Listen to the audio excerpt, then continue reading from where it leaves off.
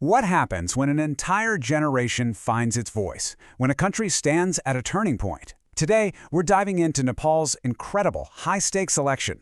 It's a story about revolution, an old guard versus a new wave, and a nation trying to find its path forward. All right, so to really get what's happening now, you got to rewind the clock a bit to September 2024. It all started with something that seems almost small, a social media ban. But that was just the spark. It ignited this massive, youth-led movement against corruption, the Gen Z protests. The scale of it was just unheard of. And in the end, they actually forced the government to resign. And that really sets up the big question, right? The whole reason we're talking about this. With the old system completely shaken up, Nepal is at a massive crossroads. Are voters going to go back to the familiar faces, the established parties they've always known? Or will they take a gamble on this new, anti-establishment wave that's promising to tear up the old rulebook? So before we can even talk about that choice, we've got to dig into what caused it in the first place. Let's really look at this youth uprising, because it completely changed the game in Nepal. So what were these Gen Z protests, really? Well, they became this huge nationwide phenomenon. You had a whole generation that was just fed up. Fed up with the corruption, fed up with the lack of opportunities, and when the government tried to silence them online, that was the last straw. They flooded the streets, and their message was so clear and so powerful that it literally toppled the entire government. But this kind of change didn't come easy. It came at a really, really heavy cost. 77. That's the number of people who died in clashes during these protests. It's just a gut punch of a reminder of how incredibly high the stakes were. This wasn't just some political shuffle. People were literally fighting and dying for the future of their country. So, with the old government gone, you've got this power vacuum, and two main groups have jumped in to try and fill it. Let's break down who they are. You've got the political establishment on one side and these new challengers on the other. To get a sense of just how much things have shifted, let's quickly look back at the last election in 2022. This is our baseline. You can see the big established parties here, the Nepali Congress, the CPN-UML, they were the ones in charge. But, see that one? The RSP, the Rashtriya Swatantra Party, they were the new kids on the block, already starting to make some noise. And this whole power structure, this is what the Gen Z protests just blew right apart. So yeah, this entire election really boils down to this one clear dynamic. On one hand, you have the old guard. Their superpower? They're organized. They've got deep networks in every town and village.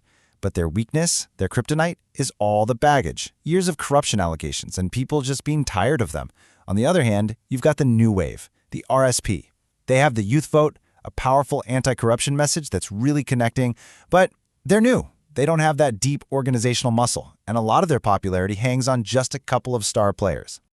Okay, so that's the big picture. But how does this national tug-of-war actually look and feel on the ground? Because that's where the real fight is happening, street by street. So let's zoom in on one key race, Japa 5. This place is basically the whole country's political battle in miniature. You've got KP Sharma Oli, a former prime minister, the absolute face of the old guard, and he's being challenged directly by Balan Shah, this super popular figure from the new wave. Seriously, it's the classic establishment titan versus the young challenger, and everyone has their eyes on it. Now, you'd think with so much on the line, this election would be all about policy, right? Detailed plans for the economy, for the future, but wow, that's not what's happening at all. And this is a huge deal. Actual, concrete policy plans, they're pretty much missing in action. Most of the big parties haven't even bothered to release their manifestos. So instead of debating ideas, the entire campaign is being fought on personalities, on slogans, and on this gut-level feeling of new versus old, which makes it really, really tough for voters to know what they're actually voting for. And you can hear this feeling loud and clear from voters. Take this quote from a guy in that key Japa 5 race. He's a 36-year-old entrepreneur, and he basically says, "We've seen Ba," that's their name for Oli, many times. This time we will vote for Balan. It just perfectly sums up that enough is enough attitude you're hearing from so many younger voters. But then you hear the complete opposite. Listen to this quote. This woman, Sukamaya Lawati, she sees it totally differently. She even points out the divide in her own family, saying her kids will vote one way and she'll vote another. For her, the established party is the one that actually brought development to her community. It's a really powerful reminder that those old loyalties are still incredibly strong for a lot of people. And check this out. Just when you think you've got it all figured out, that it's just young versus old, you hear this, an 82-year-old former police officer. He says that the bell, which is the symbol for the new party, already rings in our hearts. I mean, wow, That just shows you this desire for something different isn't a Gen Z thing. It's hitting a nerve with people of all ages.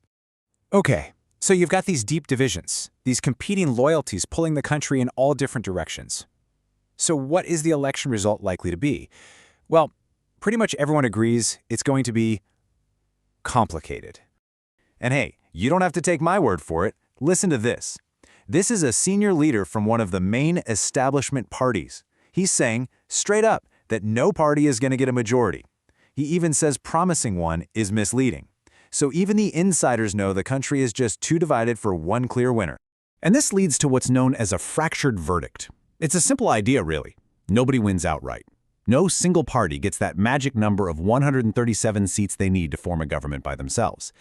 And what that means is the real fight actually begins after the election, in closed-door meetings where they all try to hammer out some kind of messy coalition government. And this is maybe the toughest reality of all, because whoever finally manages to patch together a government is walking into an absolute storm. They're not just inheriting one crisis, they're inheriting a whole pile of them, all hitting at the same time. Let's start with something fundamental, a huge gender gap in politics. Women are more than half the population of Nepal, but right away, they're underrepresented as registered voters. Then, when you look at who actually gets to run for office, that number just falls off a cliff. Only about 11% of the candidates are women. This goes way beyond politics. It's about whether half the population is even being properly represented. And then you see a number like this, 365. What is that? Well, that was the peak air quality index in Kathmandu recently. To put that in perspective, that is a level considered hazardous for anyone to breathe. It's just one very visible symptom of a much larger environmental crisis that the country is grappling with. And here's the thing you really have to understand. These problems aren't separate. They're all connected. Analysts call it a convergence of polycrises, which is a fancy way of saying you've got all these different crises, environmental, economic, political, and they're all tangled up, feeding off each other, and making everything that much harder to solve. I mean, just look at the list of what they're up against. A severe drought threatening the food supply. The country is having to import huge amounts of electricity from India just to keep the lights on. Foreign investment has dropped by 40%. It's just one thing after another, and underneath it all is this feeling that the government has just failed to get a grip on any of it. That is the inbox waiting for the new leader. So that brings us back to where we started, and to one last really tough question. The youth of Nepal fought so hard, some even died, for real, meaningful change. But with a fractured government almost guaranteed, and the nation facing all these crises at once, you have to wonder, can any leader, whether they're from the old guard or the new wave, actually deliver the future that those protesters were fighting for?